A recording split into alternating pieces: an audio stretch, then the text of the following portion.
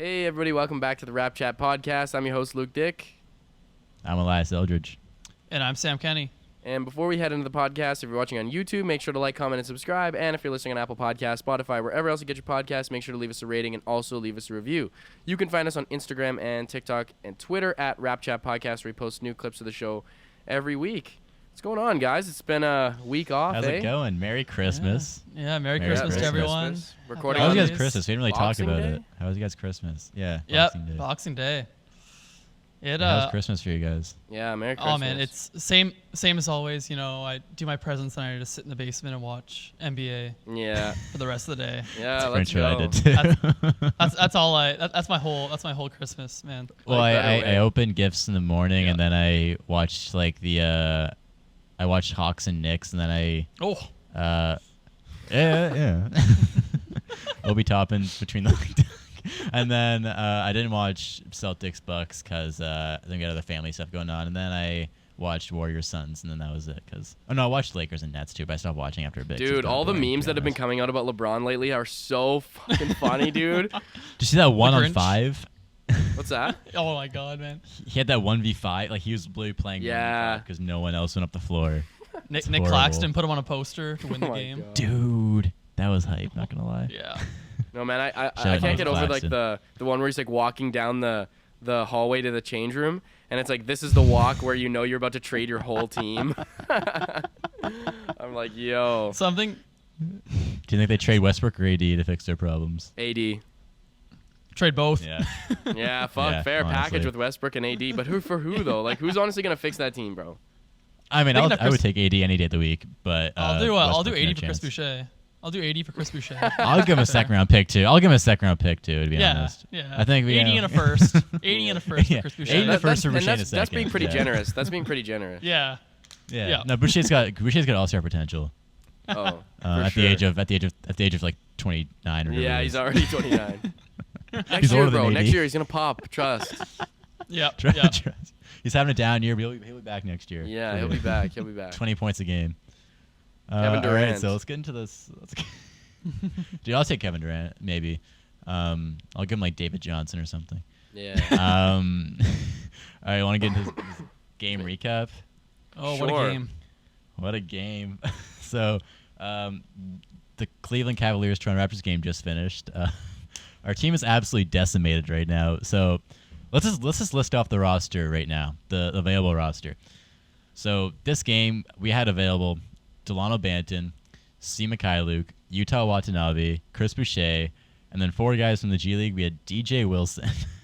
Oh. We had Juwan Morgan. Right. We had Tremont Waters, and we had Daniel Oturu. Right. So that's what we rolled out against the Cleveland Cavaliers. Super team. And it went as expected. First quarter was good, man. I was Yeah, I was man. shocked. Honestly, even the first Yeah. half was like not that horrible. It wasn't bad. I mean, I mean, it was it was we had- competitive. I mean, yeah, one I of thought we the- had a chance. One of the best things that I saw out there, and I saw this all game too, was Utah was still hustling, man. He really chose to step Oh, up, yeah. and even though like he maybe still didn't have the best performance, He had a good game though. he had a Yeah, good he was game. Awesome. But like, of course, like with the amount of shots that he did take, obviously, like he's not a superstar caliber player. If you're gonna take that many shots, some of them are bound to No, go he's in. a role player. Yeah, He's a role player in the but you NBA. know the thing about Utah was the fact that he wanted to step up. He wanted to be that guy, and Mm-hmm. and he wanted to fill those shoes. And I mean, really, that's all we can ask for. I mean, I don't think I'm gonna sit here and tell you that either of you guys are gonna be surprised that Utah, chose to go out there and try to be that force on the court. Not at all. There's actually No. there's another guy that tried and he kind of failed at it, but we'll get into that. Yeah, so I started taking notes this game. So like for people that don't know, so the way we do this whole notes thing is we'll do like play-by-play notes, just like what we saw that was cool. I started doing that, and then I kind of realized that it's super. There's not much craziness going on. It's just go up the floor, pick and roll, try and score. So I'll list some things that I saw. DJ Wilson had a cool turnaround shot. That impressed me. This is literally what I had to. This is what I was writing down, dude. You made a basket. DJ Wilson scored.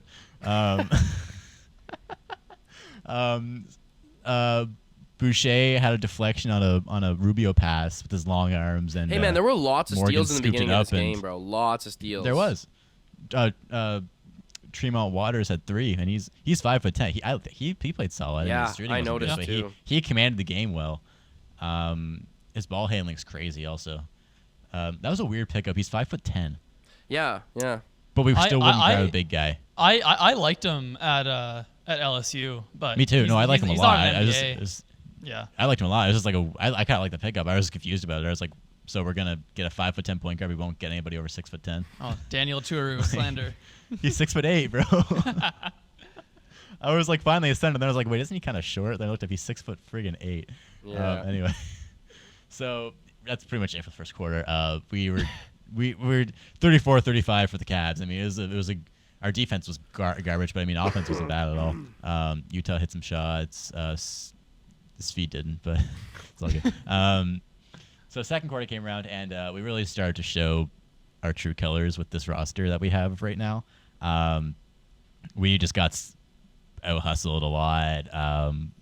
We had tired legs early on also because we haven't practiced for a week either. This team has not practiced. This is the first time they ever played together. That's what Nick Nurse said. They couldn't practice with COVID. So, like, Oturu, Waters, Morgan, and Wilson has never played with the other guys. No. So it was like a pickup. It was like a pickup group. Like it was, yeah. So I didn't expect anything. I didn't expect us to win by any means. So anyway, yeah. Some things I had more for the second quarter. First thing was Boucher's trash. I'm sorry. He was trying some crazy shit. Yeah, man. He was trying. So he was trying. Like how I said, there's another guy that tried to fail. It was Boucher, man. He had 21 points, but he shot like 6 for 19. He was taking crappy shots all game. All the shots he missed were crazy pull-ups. And the worst thing too, man. Falling. And like what made me so frustrated about Chris's performance is the fact that it's like, bro, like we had such a hard time having him get out of those same bad habits that he literally just embodied in this entire game. Like I know, and that's I have something about that later. Sure, bring up. But it's like, yeah, like it's because it's him showing that like he really can't do it. You know, he can't be this kind of player, and this is really him showing it. Like he's trying to be this Kevin Durant type, and he's taking Kevin Durant type shots, dude. Which is like, what are you doing? But like at the same time though, who else is gonna take those shots? Like anybody else. I'd rather Speedy take them than Boucher, to be honest. But it's all good. Like Daniel Tuiru is gonna pull up. I'd like to see it more. I don't know what he's capable of. I know Boucher's gonna miss, but Oturu. Well, hey, actually, I wouldn't mind. What was DJ Waters? Is that or what was he? Wait, is that his name? What was his last name? DJ Wilson. DJ Wilson. Wilson. DJ Wilson. Who's what's it? Okay, which guy's last name was Waters? Tremont Waters. Tremont Waters. Yeah, guy. he was the point guard, right? Little point guard. Yeah. Number 51. Yeah. Yeah, and then DJ Wilson. He used to. Yeah, I remember. I recognized him from the Celtics. To be honest, man, like he's got like a good smooth shot. I wouldn't have minded him taking more shots. I thought DJ Wilson was going to be way better coming out when he was on. Are we talking Wilson or Waters right now? Oh, Wilson. I don't know. Oh, Wilson. Oh yeah, Wilson played. Yeah, Wilson was on the Bucks for a bit and then the Rockets. Yeah. I thought he was going to be like actually a decent NBA player. It didn't really pan out for him, but he didn't look that bad tonight. He was on the Bucks for like 3 for coming in years completely cold. Yeah, I thought he was our second best player behind Yuta for the for night. Sure. Yeah. So some of the things I noticed. Kevin Love is still a good NBA player. Oh God. Mm-hmm. He was hitting. This is literally what I had to write down. A+ content right here. This game was awful. Something else. I wrote down Valentine's a weirdo. He is, man. He's a weird guy. He was getting hyped, dude. They're obviously killing us. They're playing a G League team, and Valentine hit like 1 3, and he's like mean mugging it, and I'm like, shut up, dude. Well, Valentine is a G Leaguer. You're so facts. Defense is really bad. Tremont Waters had this crazy ball handling display, and then got a nice pass to Juwan Morgan, who had a nice cut for a bucket. And then second half, I didn't write anything. I'm sorry. No worries, man. Don't even worry about it. We lost by the final score is 144-99. Not much to say, but some observation. I wrote down some observations from this game. So something that's crazy that I just wanted to point out: the Raptors are playing without 80.1 points per game of their score of their players. So the players that weren't playing combined for 80 points per game for our team, and they were not playing. So, and we average about a little over 100 at this point, like 105 or something a game. I don't know, off the top of my head, I don't really know, but it's not much more than 100. And so we were playing with like 25 points per game, essentially, plus some G Leaguers. So it's crazy what the league's come to, man, right now. Bro, like, who was in the Suns Warriors game yesterday? Like Quindary Weatherspoon played like 20 minutes, like. He played well, but like I was like, jeez. I didn't know who it was for a bit. I had to look it up. I was like, I couldn't read. I saw a long name on the jersey and I didn't recognize him. I was like, who is that? I was like, oh my god, it's Quindary Weatherspoon. Yeah, man. And then Joe Johnson's playing for the Celtics. Like, Isaiah Thomas isn't getting returned, by the way. They're not bringing him back. Yeah, I saw that. That doesn't really surprise me, but he had one good game. Dude, Isaiah. Everybody's like, who's gonna sign him next? Like, who cares? He won't be there. He won't be there for more than 10 days. I'm just gonna say something. Me and Isaiah Thomas have both the same amount. Have the same chance of stopping an NBA player on defense. That's so true. Damn. I just like, man, Isaiah Thomas, like, where's this going? What's that? So you said me and Isaiah Thomas, like, where is this going? No, he's not good anymore. Some other things. So Boucher, yeah. So Boucher last year was very good. We can all agree on that. Yeah. Oh, sure. Yeah. Last season he was very good. So I thought this game would be a chance for him to display, like, hey, I'm still that guy from last year. I'm just playing a different role in this team now. And he really wasn't. And just like last year is his peak. I can say that with full confidence now. He is not going to beat that player ever again.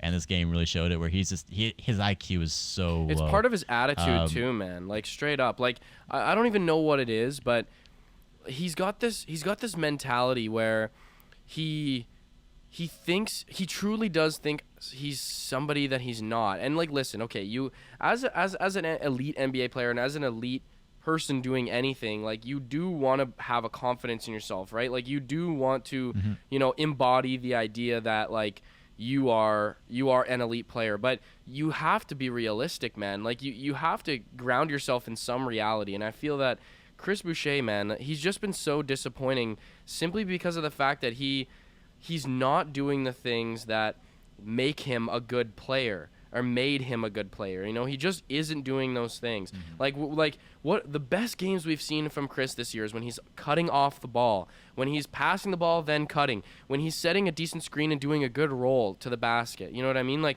just simple things that, like, a small or undersized 4 would kind of, or even an undersized 5 at points, you would want somebody like that to do.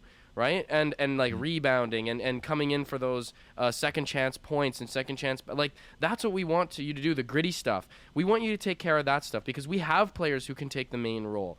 But the fact that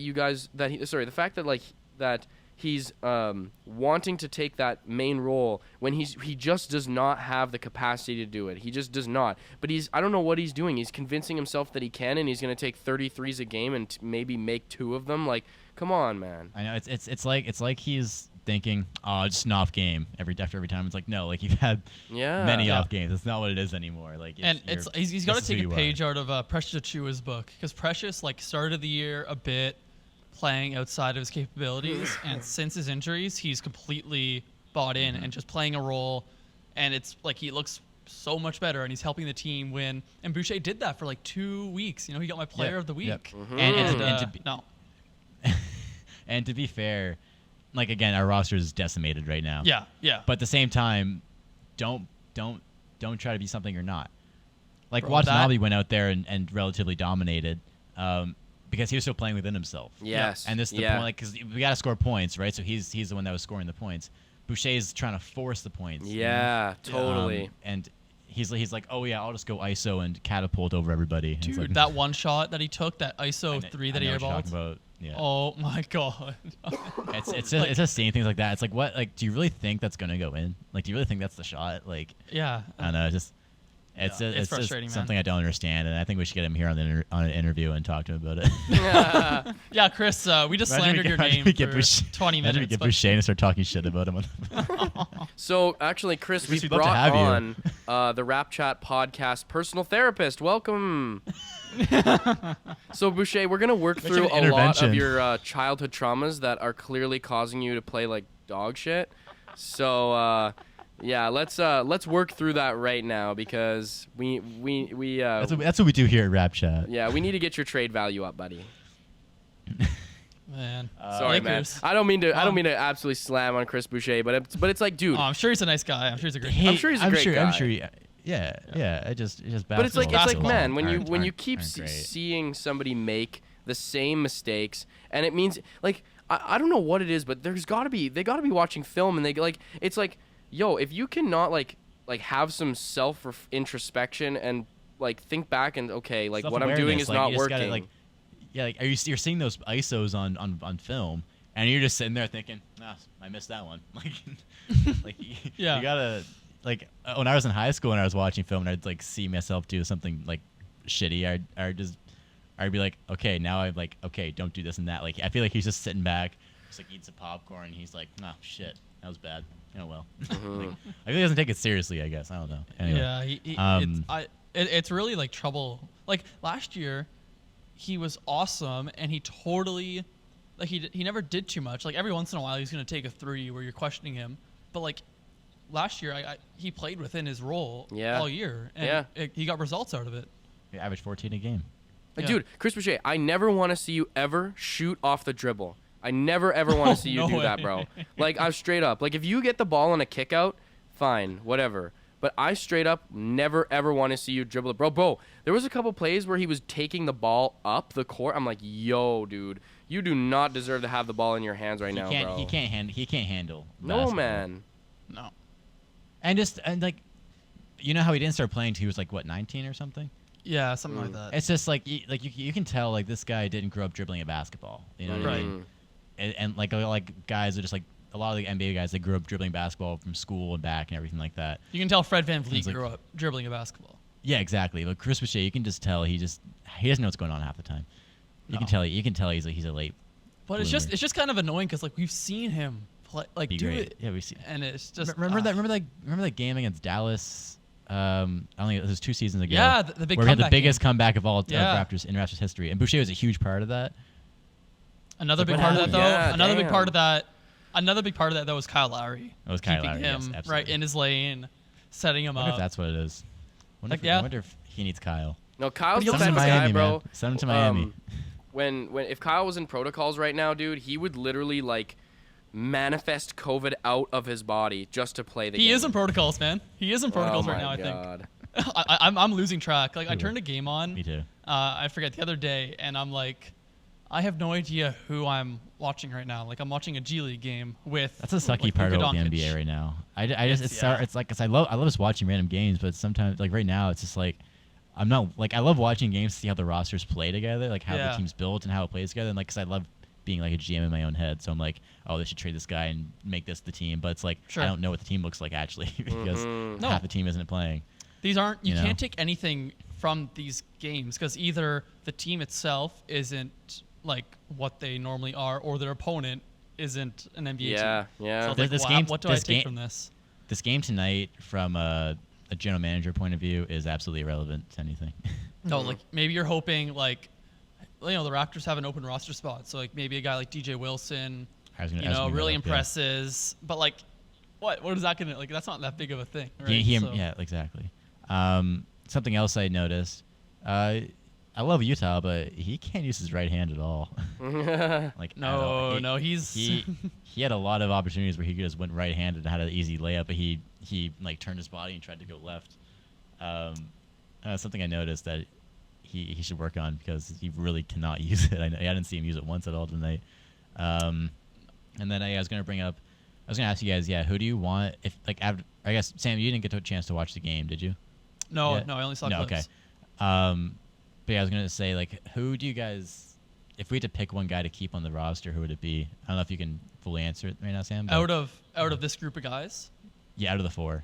Well, So I really liked Daniel Churu in his draft class, and I was like Really? set on the Raptors drafting him. I've realized not that like him. I was maybe a little bit I don't know what my thoughts were there, but I'm gonna say DJ Wilson. I think he's a total Raptors type of player. I think Tremont Waters maybe might look the best, but I just don't think he fits. Like I don't see him getting his playing defense time. is awful. His defense If Malachi is Flynn awful. can't get playing time, he's not gonna get playing time. Yeah, exactly. But I think No, was DJ gonna say Wilson like plays good defense, athletic, can do some fun stuff sometimes. So can hit turnaround shots as shown in the first quarter. And then last thing I have from observations, something I thought was kind of cool watching this game, the fact that these guys never played together. It was cool seeing how the play offense would work in terms of what kind of plays are just like universally known in the NBA.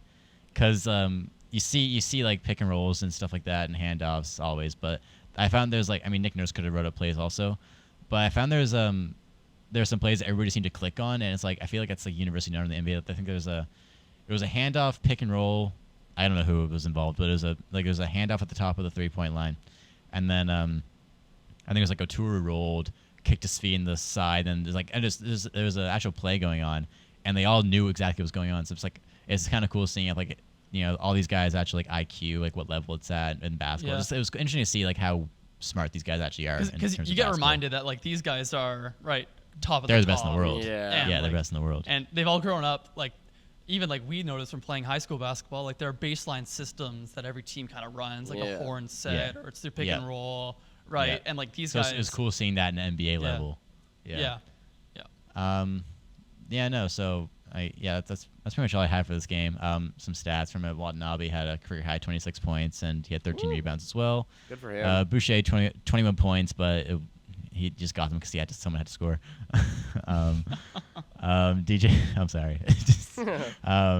TJ Wilson 15 points, 8 rebounds, shot 6 for 8. 4 steals. Tremont, he had 4 steals too. I didn't see that. I think so. Yeah. Oh yeah, he did. Wow. Shout out DJ Wilson. And Tremont Waters 8 points, 6 assists, 3 rebounds, 3 steals. That's all I got. I'm kind of glad I missed it. Not gonna lie. I don't think you got to bother rewatching it. If there's a game to miss, maybe I'll watch Utah's highlights. Okay, I was gonna I don't know what kind of highlights gonna come out of this game. Like how like on YouTube the NBA posts like 10-minute highlight of every game. What are they gonna show for us? They're all gonna come from the first quarter. Driving kicks and all those like driving kicks and like some open threes. Okay, this actually this is supposed to be like this is a broader thing. How the hell can the NBA allow this? Like, the Raptors have had the same amount of guys that weren't in the NBA a few days ago on the roster than Raptors players. Like, how can that count? Like, well, I know, it's like, crazy that they're allowed to play. At least from what I kind of think about it, the NBA and same with a lot of other sports organizations right now, they are not in the business of losing money. And Right. Yeah. I think that, people and I was talking about this with friends too. Nobody wants to watch bubble basketball. Nobody wants to watch extreme reduced capacity basketball. No one wants to do it. It's not entertaining. It's not fun to watch. Mm-hmm. There's no hype. It becomes dull and dry. You know what I mean? And it becomes what the NBA used to be before it got popular in the 70s. You know what I mean? It's blech. It's like there's no hype. There's no excitement, right? It's just you can literally hear the squeaking of the sneakers on the floor. You know what I mean? Like no one wants to hear that. Like, and you can even tell. Like, I remember one of the things specifically I remember about the bubble season and about last year's season was the announcers, man. They have a difficult time filling the dead air because there's no sound, right? And it's always delayed a lot too because they weren't there. Yeah. So there'd be like 3-second delays between everything. Yeah, and it just I think that I think a lot of teams are taking their records this year, and the NBA's taking records with a grain of salt. I really think they are. Exactly. I think they're more concerned about like things like ad revenue and whether the people are actually watching the games rather than who the outcomes of the games. Because we got to realize that I feel like we have to think about our wins losses records with a little bit of a perspective on the fact that we're still technically in a global pandemic. These things do I mean, we were seeing guys get in protocols. I mean, Pascal and all these guys get in protocols, but even before the Omicron variant, right? So it was bound to happen anyways. Excuse me. And I've also, and like Adam Silver, he came on. He was on TV the other day. Said they're not shutting down, and like we all understand that the NBA is a business, so I don't think it's really that surprising. I've also heard that they're looking at reducing quarantine periods for triple vaxxed. Most guys in the league have their 3 doses at this point, because guys aren't really getting sick at this point, right? Dude, these guys are world-class athletes, man. Like, and triple vaccinated, right? Yeah, so, yeah. You just and hope, a bunch of them worry, have probably right? already had COVID too, so now they also have a bunch of immunity, you know? Mm-hmm. You're also, the only thing you're worrying about, right, is guys bringing it home to like young kids or something, right? Yeah. But yeah, it's a tough. I feel bad for people who have to like deal with, God, all the scheduling and all the testing. Like, man, that's just got to be. There's so much extra stuff, right? The team must be crazy, like with all like. There's probably a job for every little detail. Yeah, I'd imagine. Yep. There has to be, because that can get unorganized so easily, and they can't afford to let that happen. Yeah, and I think from a basketball point of view, teams are just looking. For the good teams, let's just get to the playoffs healthy. Who cares what our seed is? If we can, let's stay out of the play-in tournament. Like, I don't think the Bucks care if they're the 2nd seed or the 5th seed. Yeah, right. I think also this season's just more about like what's top of the top. Like, I think the season's kind of just gonna come and go where we are at this point. Like, I don't think it's gonna be a necessarily notable season, because it's gonna be all these guys are in COVID for protocols for a good chunk of it. And I think once we get to the playoffs, it probably won't be a super competitive playoffs. I don't think. Really? I think it's just gonna, like, I'm just thinking. I guess I shouldn't say that. I guess I shouldn't say not competitive, but I just mean, like, I don't think the priority this year is like winning. I think the priority this year is getting through the season. Yeah. Without shutting down. You know what I mean? Mm-hmm. I don't think the priority is who's going to win the championship. Yeah, and also, like, sense. who knows what the COVID situation is? 4 months from now? I think it will be better. In all honesty. But you're just hoping at this point of the season, it's like, let's just fight. Let's get some wins. Let's keep our heads above water. For teams like the Raptors, might be a blessing in disguise. Jabari Smith has looked quite good at Auburn. Just going to say that. Paulo Banchero looks amazing. So maybe these losses aren't the worst thing in the world. I think Banchero's on his way to Detroit at this point. Hey, man. That's going to be a wicked duo. Kade and Paolo. I'm excited for that. Anyway, that's all I have on the COVID, man. It kind of depresses me talking about it. It's just hard to watch the NBA. Like, I love watching it, but it's just hard to watch the NBA right now. It's like I'm not that interested in watching half G League, half bench. Like, it's like the Dallas team right now. It's Jalen Brunson, Maxi Kleber, Kristaps is there, but then it's also just like all these G Leaguers, and it's like Brandon Knight closed the game for them last night. Yeah, like, tight game. Brandon Knight was in there. And then some big shots, but. And then with like the NBA, it's like I wonder how what the numbers are going to be at the end of the season in terms of watching, like, views. Oh, I bet it'll be down. Because there's no way anybody other than Raptors and Cavs fans watch this game tonight. Oh yeah. There's absolutely no way. No, and I bet a lot of Raptors and Cavs fans didn't watch, like me, right?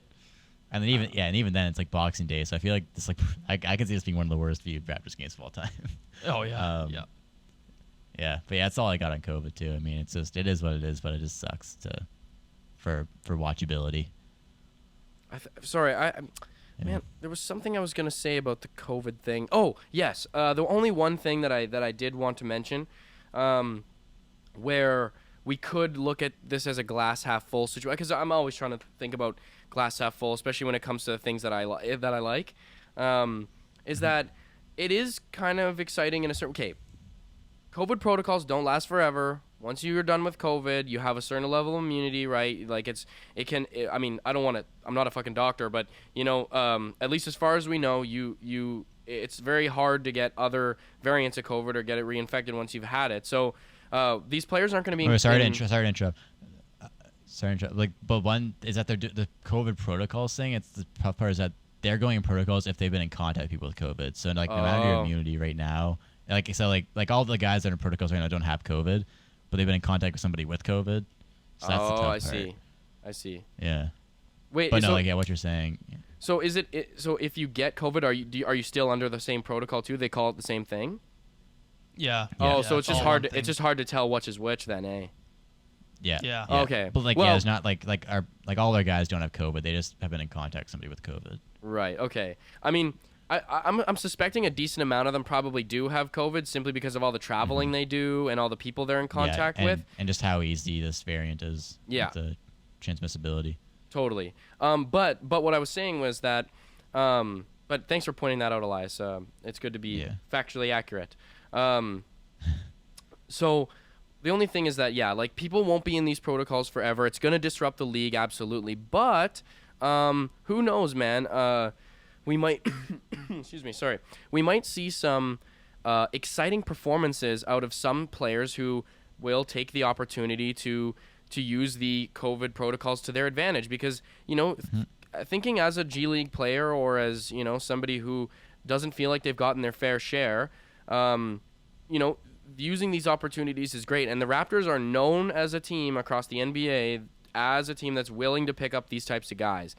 And who knows, we might see some surprise performances out of certain players. And, I mean, obviously if you're going to have that many G League guys, they're not all going to rise to the occasion. But, you know, who knows, man? Given the amount of teams there are and the amount of players that are in protocols and that will be in protocols for the next while, I wouldn't be surprised if we maybe start seeing maybe 2, 3, 4 guys kind of step up and maybe get themselves a place in the NBA. I mean, look at somebody like Derrick Jones Jr., man. Like, Derrick Jones Jr. was only brought up to the Heat because of the dunk contest. Like, and then he actually turned himself into I mean, he's not amazing, but you know what I mean? Like, he turned himself into a role player on an NBA team, right? So, of course, he's not a superstar, but, you know, sometimes that type of stuff happens, right? It works out for certain guys who are willing to step up and use those opportunities to their advantage. So, I mean...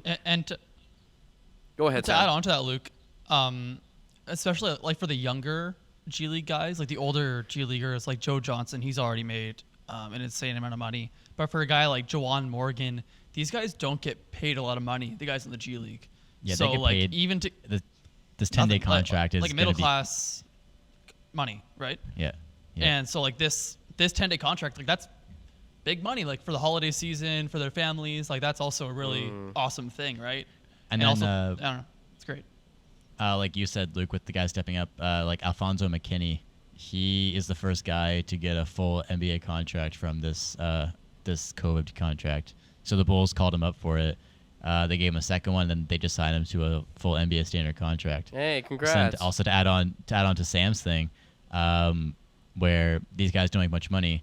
If you play hard enough, you'll go from making middle class money to making $100,000 or something for the season. That's real money. That's big. And also, hey man, as Raptors fans, we don't have the highest opinions of this guy, but Stanley Johnson last night had James Harden fighting for his life in the fourth quarter on Christmas Day in front of, you know, a lot of people. Man, he actually looked awesome in that fourth quarter. Yeah, he locked him up. So, you know, maybe he get a contract out of that. So that was kind of nice to see Stanley. Yeah. All right. Are we good on that? Yeah, I'm good. All right, so you want to get into this top 10 small forwards? Let's sure. do it. I think for me, excuse me, I did make a list of 10, but I think I really don't want this going past another, you know, maybe over half an hour, just because, you know, all the situation around what, you know, what's going on with all of us. So I think I'm going to limit my list again to 5. Sure. And again, they're not going to be based on rankings or anything. They're just based on guys that I like to watch. So, sure. Okay. Sure, man. So you'll come in at our top 5 then. Sure. Yeah. All right. You want to go first, Sam? You want me to start it off? Sure. I'll start us off. This list. I'm excited. If I hear Devin Vassell's name once in this next half hour, I'm gonna be upset. No, he'll be later on in the episode. Before we start, honorable mention to Mikal Bridges. I was trying everything to get him onto this list. I couldn't do it, but you know, I think next year he might be on this list. He's awesome. Yep. Agreed. Great defensive player. My number 10 though is a Raptor, and I have OG Anunoby as my 10th best small forward. So do I. he would maybe be higher if he was playing a little more this season, but he looked in the 15, 16 games he's played. He's looked awesome. Amazing defense as always, and the offense is taking a big step. Self-creation, that mid-range shot creation, his step back, it looks great, and he's going to be a guy that's going to be way higher on this list in the future. Yep. My number 10 was also OG Anunoby. His shot creation has been way better than we've seen him from in past years. He looks way more confident. He looks like he can be a go-to guy. Now he's not. It's not totally. I guess we can say like a. It's not clean yet. Right. But he has the tools to get there, and I think this is his first year being the guy. Relatively, the Raptors don't really have the guy, but as far as it goes for us, he has been our best player when he's played, I believe, in my opinion. And Sure. I can definitely see him moving up this list a few spots by the end of next season or something. But he'd be higher for me too if he's played more. But from what we've seen so far, he's played at All-Star reserve level, we'll say. Oh yeah. Yeah. I think he. I mean, right now All-Star. Fred's my All-Star, but if OG was Yeah, me playing, too. I think mine would have been OG. He looked. Yeah, I agree. Like how can you not be excited for OG as a Raptors fan? Like His him and defense, Scotty in you 5 gotta mention years. his defense too. Yeah, You gotta mention his defense. Defense is top tier. he's the best defender on this list currently, for me at least. Current, he's my best, Really? in my opinion. I think he's the only small forward I would put above him on defense is Mikal Bridges, and even that is really close to me. I think OG's defense, on ball defense especially, is Kawhi Leonard? awesome. Right now, I think OG's better right now. Wait, so are you taking in the fact that Kawhi's injured? Is that what you mean? Yeah, but also I think Kawhi's defense has ticked down a little bit in the last year, like since his Raptors run. And I think Kawhi's obviously still elite on that end, but I think OG's higher at this point. Game in, game out. That's Maybe a- Kawhi's that's- peak that- for a possession, but Okay, sure. Okay. Fist Um, fight. Fist alright.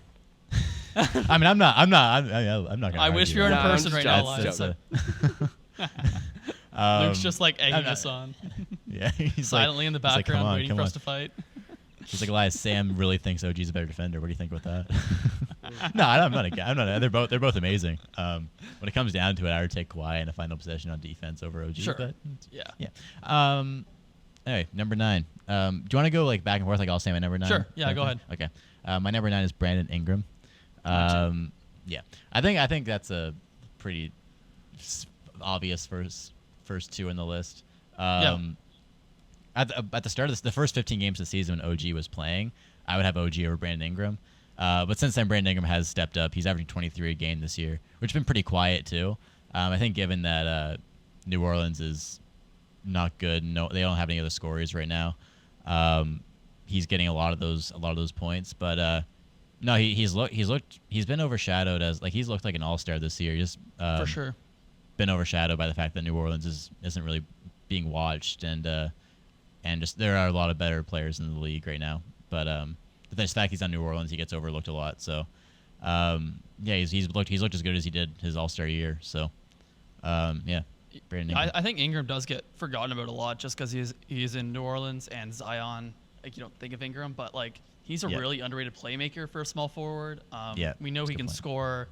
The defense hasn't come around fully yet, but he has the tools to be a better defender.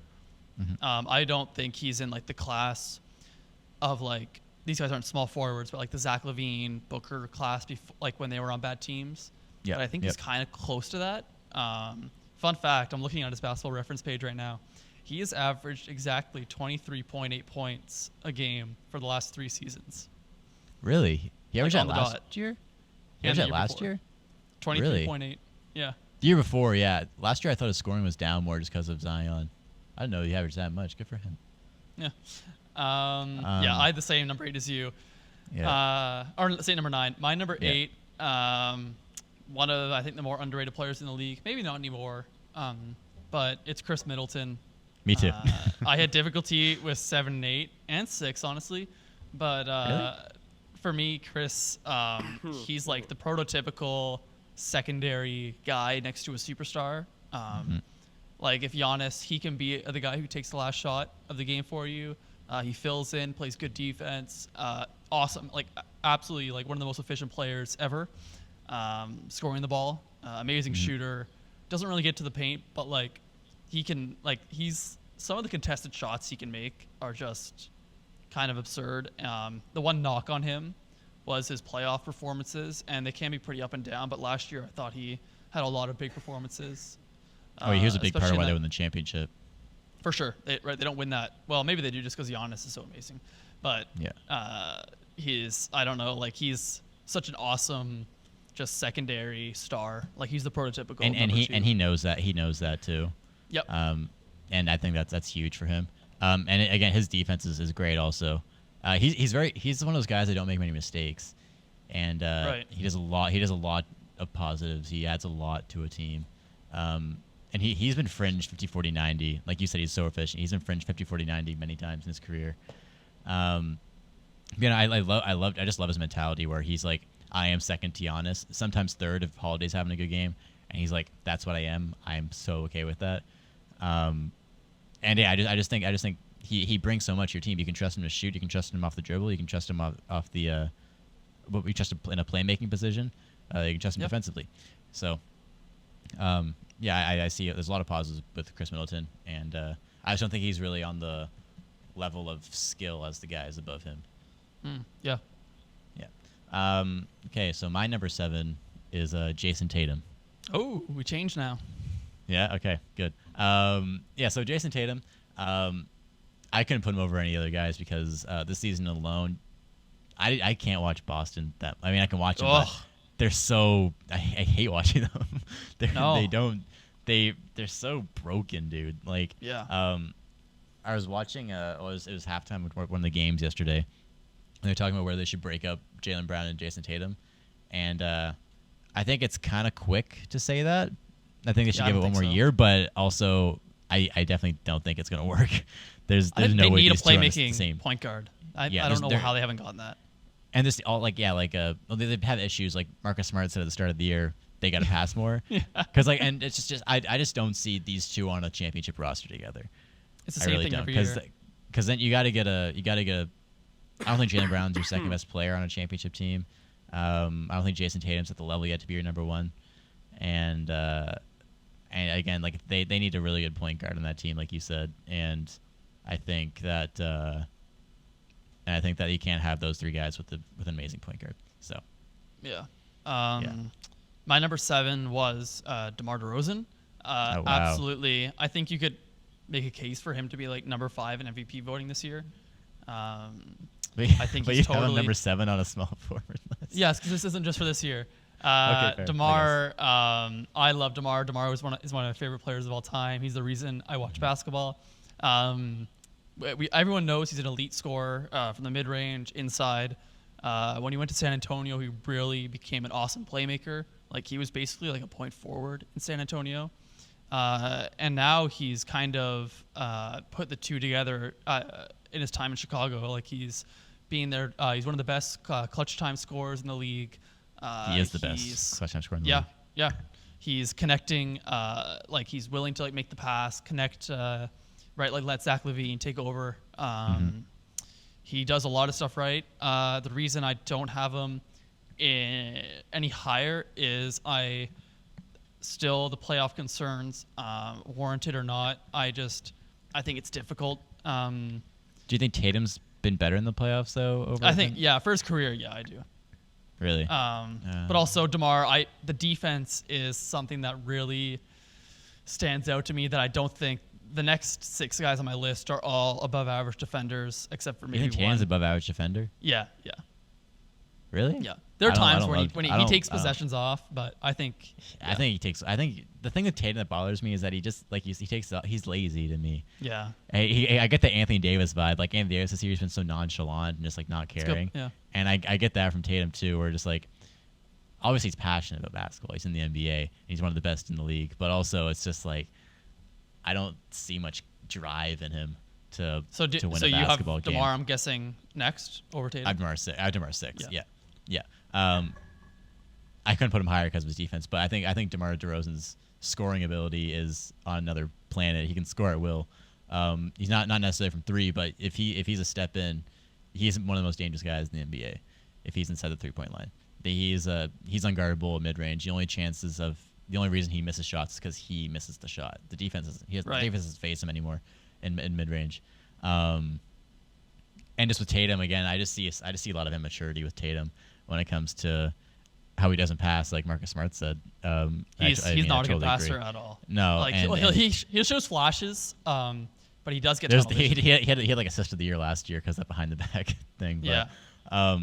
But just as an actual playmaker, he doesn't do it, and I find he's been really good this year. Don't get me wrong, but he has like times where he's wishy-washy, or some games he'll score like 11 points. And I just don't think he's very reliable. I think DeMar DeRozan is insanely reliable right now. So I've got Tatum 6. Then the reason I have him over DeMar is because I am higher on the defense I think than you are for Tatum. I think just because of his size and versatility. He can really, when he wants to be, he can be really impactful. The scoring, DeMar's better in the mid-range. Obviously, I like Tatum's 3-point shot. I wish Tatum could get to the rim more. He surprisingly just doesn't really finish at the rim ever. When he is, it's usually floaters. I think Tatum's weaknesses are more so highlighted by the roster construction of the Celtics. Like, I think Brown, just because Brown really lacks playmaking, and then they don't really have, like, Marcus Smart's their best playmaker, and he's fine as like a secondary playmaker, but not as your primary, right? I think like if the Celtics had like a Kyle Lowry, like I think that Tatum's perception might be a little bit different just because he isn't tasked with having to create for others. He can just go out and score. Because I think his scoring ceiling is high. Like, yeah, I agree with that. But also I don't, because he have to change. He's such an ISO scorer, right? A lot of his scoring comes from himself. So I haven't really seen him in a position with a great point guard. So I don't know. I don't know how much better he would be with a great point guard, to be honest. Right. Because I don't like if Kyle Lowry, like he would get him great shots and everything like that. But Tatum, is that what help him his game? I don't know. Yeah. So. This middle group, the Middleton, DeRozan, Tatum, because you could make an argument, right, for Middleton or DeRozan just because of the defense, the shooting. That middle group was hard to organize. I think the top 5 is their distinct group, and there's groups within that. But yeah, I'd honestly, between DeMar and my number 5 guy, it was somewhat obvious, but also I'd flash where I was like, is DeMar top 5? It's like Luke, he has been insane this year. Yeah, Luke, do you want to start our top 5 out? Sure. I mean the guy that we've already talked about him, but included in my top 5 was Chris Middleton, just because he's just such a versatile player. You can like pretty much put him anywhere, and he's gonna get the job done. And he could. I don't really think there's a team in the NBA that you couldn't put Chris Middleton on and he wouldn't do a job or succeed in a role, right? Like he's just so solid. And to be honest, like even though he is fun to watch, man, he does make clutch plays. He makes clutch shots. And he's a humble guy. Like he's a nice guy to watch because you just know that he has the playing to back up. I mean, like he could be an arrogant guy if he wanted to, but he really isn't. And that's what I like about him, is that he's just a very respectful guy, wants to play with his teammates, respects the game, and just is a cool guy to watch with, cool guy to watch play. He just fits so well with the game of basketball. It's very fundamental. He's just super fun guy to watch. He's super like different from Giannis. His Giannis play style is like just crazy athletic feats. And like Chris Middleton's like 6'7", so obviously he's like bigger than the normal human being. But he doesn't look like some insane athlete. No, and he's not super athletic. So I think that's what makes their duo pretty cool. But he knows how to use his body. Chris knows how to use, like he can back down a lot of players in the NBA. He can shoot over guys really well, and his shot creation, like his mid-range shooting's great. His shot creation's great. I think that's a good point that you said, Luke, that he'd be great on any team, because he can be the number 1 guy too. If you put him on like I think like a team like Washington, if they had him right now, would be like way better. And then like even put him on a team like Detroit or something, he could be a number 1 guy. I think it's a great point that you said, Luke, there. I'll go my number 5. I had trouble with my 4 and 5. Really? I think I honestly don't. No, my 4 is honestly just above the 5, just because of personal preference, almost. I'm really interested in your top 5 here. I put Jimmy Butler at 5. Okay, I did too. He's once again like one of the best defenders in the league. Really unique play style, gets it done without, like, we talked about DeMar DeRozan not shooting threes. Jimmy Butler's like even worse. And he also just won't even look at the 3-point line. He gets a lot done in the mid range. He can get to the paint, gets to the free throw line a ton. He's all just heart, does, man. like, yeah, he's like the so- definition of like a guy who does all the little things but at a superstar level. Yeah, totally. Like, a lot of his buckets come from just being strong down low, getting putbacks. Cutting. He really doesn't care about stats is a big thing. He's not going out there trying to score. He doesn't have a scorer's mentality really like that. For the most, and I think in clutch time he definitely does. He's a great clutch player, but he doesn't get the ball and think, okay, I'm gonna go get a bucket right now. He just lets the game come to him, and he does that, like you said, at such a superstar level that he'll get 22 points a game because of it. Yeah. And his defense is absolutely insane. And he gets the free throw line at a top tier level in the NBA as well, which is a big part of his game. But yeah, I think he just brings so much heart. And I mean, I guess Minnesota, it didn't show as much because I guess he was kind of like a dick when he played for Minnesota. But also that's the only year they made the playoffs in like the past 16 years. And just you can see his heart brings the heart of everybody else. Like Tyler Hero and Bam Adebayo became such better players with Jimmy Butler. He's such a leader too. So I think he brings a great influence to a team. He brings great heart to a team, and you never see a play taken off with Jimmy Butler on the floor because he doesn't let his teams do that. No. Your number 4? Okay. Yeah, I'll say number 4. My number 4 is Paul George. Yep. Yeah.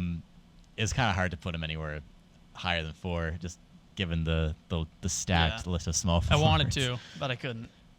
I don't really even want to. I like Paul George, but I mean, I like him. But I think he gets overlooked quite a bit since leaving. Even, I mean, he was an MVP candidate in Oklahoma City, but even just as NBA fans, I feel like he gets forgotten about as one of the top players in the league. He's not one of the first guys you think of, but his defense is really amazing. And I mean, what can you really not say? It's hard to. He does everything. He's an amazing NBA player. He does it all. Yeah. He's like one of the best. I think when you talk about best shooters in the league, he has to be in that conversation. I agree. His shot creation, he's so smooth, man. Like, he's so smooth. One of my favorite. Him and Booker are my 2 favorite like scorers to watch, just because Paul George. I think I love watching KD score too, though. Yeah. Oh yeah. But like Paul George, like this, the way he does it, like he doesn't really get to the rim ever, but he always is on balance. And I think he got so much slander just for like the pandemic P thing and the. To be fair though, that was he was so. It was bad. funny. He was bad. He was really bad. But like when he hit the side of the backboard. Yeah, that was bad. When I watched, I died laughing. I was like, this guy. Yeah, that was bad. Not helping himself. As a Paul George fan, that hurt. But like he's as a lead, he's also a really good passer as the lead guy, and I think he's really fun as like the Clippers' main piece, like this kind of formation. The Clippers have definitely surprised. I thought they were going to be like really bad this year. Hey man, that's my team, bro. Tyronn Lue, shout out Tyronn Lue, Coach of the Year. Tyronn Lue's also surprised me heavily this year.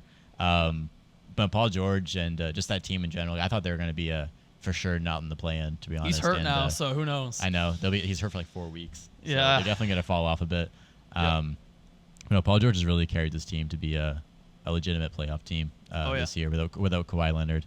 And, just like everything he does is so smooth. His three-point shooting isn't that good this year, but that's been a theme across the league. So I'm not going to really hold that against him. He's been like a consistently high 30s, 40% shooter. I think I'm looking at it right. On his career, he's 38%. Yeah. And he's hovered around that most of his career. So, and his perimeter defense is also outstanding. He just has the build. He can just do everything. He's 6'8". He can score on anybody. He can score anywhere on the floor. And I mean, again, what can you not say about Paul George, to be honest? Well, the only thing I was going to say about Paul George, and one of the things that you guys mentioned earlier, was that he doesn't get the respect by a lot of the fans in the NBA. I think one of the reasons why is because he's just changed teams and like a fair amount of times. Yes. And when he goes through those changes, like I even saw this meme the other day, and this is what made me think about it. Was he's like, I know what you're talking about. yeah, it's the memes where he's always like, I'm never leaving, I'm always gonna stay, you know, I'm loyal. Yeah. And like it's like that's what removes your respect as a fan when you watch a guy like Paul George. And that's one of the reasons why personally I'm not a big fan of Paul George, because I mean, like, that's what turned me off him as well. yeah, like it's like, man, you gotta walk your walk and talk your talk, man. Like I can't stand players who, and that's one of the reasons why, like, I'm not like a huge fan of LeBron, because it's just like I don't like players who just walk around the league, you know what I mean, and hype people up and get people to get super hyped that they're staying and then they leave, and I get it, they're looking for opportunities for themselves, but at the end of the day, like, there's a certain way to go about that, you know what I mean? Like I like Kawhi, for example. Kawhi says, I don't care what team I'm playing on, I'm going to give it 100%. But that doesn't necessarily mean I'm going to be on this team forever. It's the team that I'm going to die on, you know what I mean? Like, and I respect that. Yeah, he doesn't talk like that. Yeah. Exactly. Yeah. Hey, man, this is what I'm going to say, though. Would you rather live in Indiana, Oklahoma City, or Los Angeles? Yeah, no, 100%. But the point is, those. I know what you're anywhere saying. from making $50 million a year. I know what you're saying, bro. I know what you're saying. Yeah. Like I agree. Yeah, the only something thing else is, that turned me off. Oh, sorry. No, go ahead, Elias. Something else. So when he could get traded to OKC, but he also requested trade. I just want to point that out for people that are listening and think that we think he signed. But also something else that turned me off him was all the excuses he made after the playoffs last year, where he's like, "Oh, Doc had me sitting in the corner." It's like, if you're like, just don't, like, you're a superstar, you're one of the best in the league, just like, and I just hated that. I was like, shut up and just admit how bad you played, because everybody knows you played bad, so own up to it. He was legitimately bad in that me. Nuggets and Dallas series. He was horrible, and even his defense wasn't that good. It's just like own your shit, you know? Yeah. Like, if you played bad, like, everybody else saw you play bad, so you just looked like a dummy at that point. But your number 4, like, yeah. Oh, this one might be a little bit weird, but I said Bradley Beal. Okay. And he's a 2 and a 3. We'll get. Well, the only reason why, and I get, like, maybe not as much this year, but the only reason why I put, and, like, of course it's not ranked. Mine are not ranked. This is just players, but the fire that guy plays with, man, like, is just ridiculous. Like, the things got me so frustrated about watching, especially him play against the Raptors in years past, is like, you know, maybe he wouldn't be having a great game, and then he'd just whip out 20 points in, like, a third quarter. And I'm like, yo, like he's the type of player that when he's playing your favorite team, you get frustrated. You get pissed. You know what I mean? You're just like, come on, because then he just out of nowhere will just turn on the skill, and then you're just like, come on, guys, like, we got to lock him up, we got to guard him, we got to do something. And like Sam said a couple podcasts ago, like, man, this guy's it's you got to be another type of level of talent to average 30 points in the NBA, man. Like, that's ridiculous, bro. Like, I mean, even if you're 2 years in a row. Exactly. Like, even if you're not playing on the best team, bro,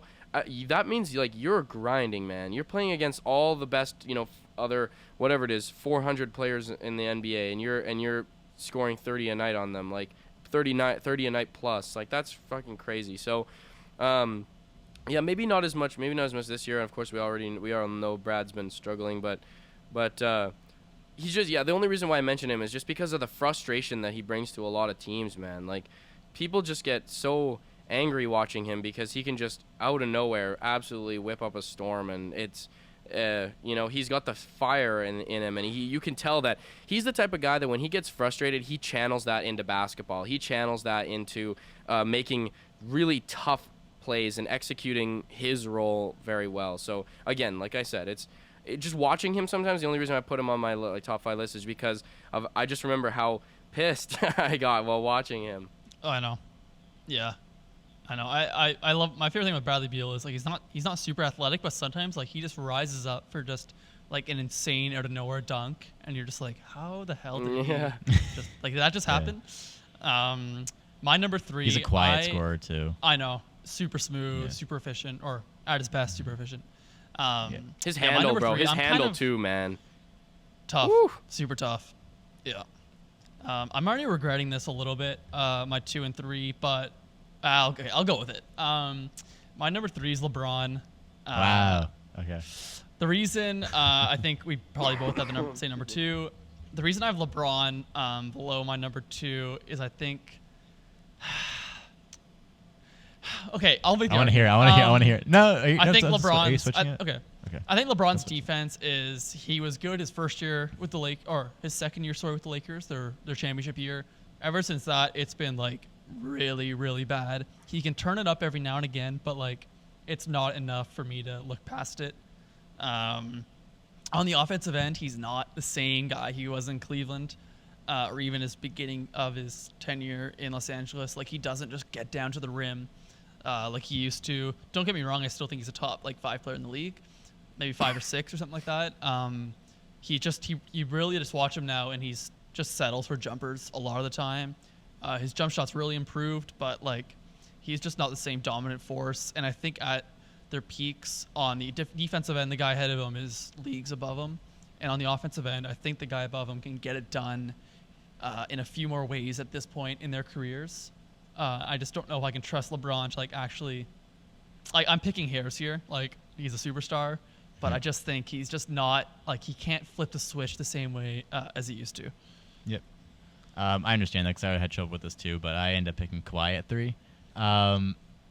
Reason being is that he's still these 3 are top 5 in the league for me. Yeah. So anything that comes out of my mouth, I'm not hating.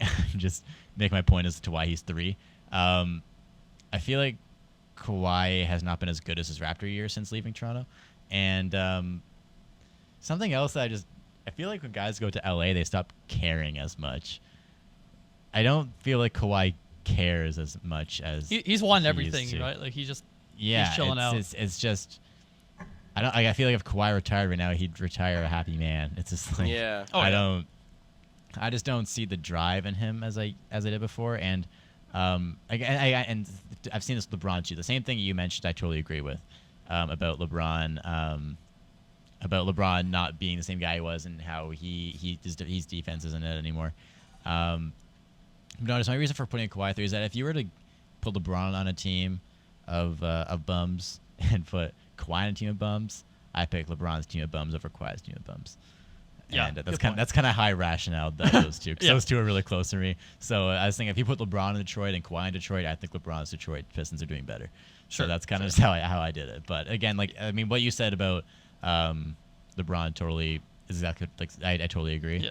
The reason I have LeBron is, to be honest, he also just won a championship more recently, and just that's a good point. It's these two are really hard to differentiate. To be honest, so I was again splitting hairs. I felt like LeBron as of right now I would prefer to have on than Kawhi. Who are your 2 and 3 then, Luke? Wait, 2 and 3? Yeah, well, my number 2 is Kawhi. So okay, mine's I went with Kawhi and DeMar. Great. So yeah, we've already talked about Kawhi and DeMar, but I'll just give my little thing. So Kawhi, actually, I like Kawhi and DeMar for very similar reasons. Funny enough, it's also because they were traded for each other, but I think both are very fundamental players, guys who are very selfless. I think that Kawhi could have easily, really not tried on the Raptors, just waited the season out so that he could go to LA. We know lots of guys who have done that type of move, right? And I think that there's players, I think they, at least guys like Kawhi and DeMar, I think they prioritize their performance as basketball players and their contribution to the game rather than, having to feel like they're the best people out there. I just feel that when I see a player not really concerned with scoring a certain amount of points per game or anything like that, they're more so concerned with just how they contribute in terms of their performance. That's entertaining to me because I like seeing guys in a flow, not even worried about I like to see players where they'll go back to the locker room and be like, you had 33 points tonight. I'd be like, oh yeah, okay, cool. You know what I mean? That's great. You know what I mean? Where the points don't necessarily really matter for them. It's more about how they feel in the game, right? How they feel with their relationships with their teammates and how they're performing with their teammates. So yeah. Right. All right. My number 1, to no surprise, is Yuta Watanabe. No, I wish. my number one is It's Kevin Devin Durant, Vassell. obviously. Yeah, I was gonna make that joke too. Kevin Durant, like, what can you say about him? Argument for the greatest scorer of all time. You could say he's the best player in the league right now. Like, absolutely dominant. I would say that. Yeah, like how do you stop him on the offensive end? Like, you actually can't stop him. Yeah, like Kevin Durant, like absolute beast. Like my MVP front runner as of right now. Yeah, there's really isn't anything we can say about Kevin Durant. I mean, I think it's super obvious that he's just you can watch him play a quarter of basketball and you'll see why he's the best player in the league. Yeah. He'll make any team a championship contender, no question. Yeah, Luke, what about you? Yeah, I mean, I was kind of torn between, well, at least from my like top 5, so I kind of had to like condense it a little bit. But LeBron and KD, obviously, I think just between those two, and I think, I don't know, like it's tough for me because I feel like if I were to hang out with LeBron and KD, I honestly feel like I'd enjoy myself hanging out with KD more than LeBron. You know what I mean? Like, I think I just find KD to be funnier, and just and I know that's a dumb way of saying it, but again, my lists are not necessarily based on performance. My lists are based on who I enjoy watching, and I think, like, I don't know. I like KD's just so dominant, man. Like, I don't know. It's just watching him is just crazy. I wouldn't say concerned, but I wonder how his playing style is going to age, because LeBron, like, he's still strong, but see, that's the thing where KD is like, KD doesn't play off of his ability to be strong, you know what I mean, because obviously he's a skinny guy, and I'm wondering, like, because geez, LeBron's 37, KD's what, 32, 33, so 30, yeah, I think 32. Yeah, so I'm curious to know how KD's game is going to age. If he can keep his like shooting, his like, off the dribble shooting, dribble penetrate shots, like stuff like that, his threes. I think if he can keep that, like, he's gonna be a very dominant player for years to come. So to be honest, I can't really. I think as long as he has that big first step that he can just pull up, I think he'll be in the league for a long time. Yeah. So it's kind of a tie between KD and LeBron for me. Sure. I was thinking about yesterday when I was watching the Lakers-Nets game. It's funny that you brought up the hangout thing, Luke, because I was thinking about these guys that are on 10-day contracts with the Lakers. It's like, I wonder how nervous they are to get LeBron James to like them. I was thinking about that. I never thought about that, like, on a personal level. Like, you go and play with LeBron. It's like, do they try to make like a crazy good first impression or all this stuff? Like, how do they approach it? Because I'd just be like shaking, like, "Hi, Mr. James." I'd be like, "Hi, Mr. James. What do you want me to do first?"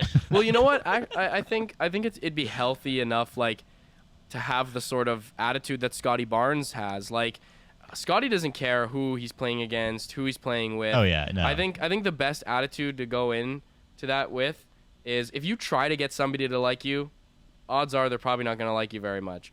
So, yeah, for sure. I totally agree. The best, I think it's like, above all, LeBron James is a human being, right? Like, he's no different. I think he's kind of a dick. Yeah. On a personal level, I feel like he'll be the type to like ignore the 10-day guys. He'd be like, yeah. They'd be like, "Hi, LeBron." He'd be like, "Hey."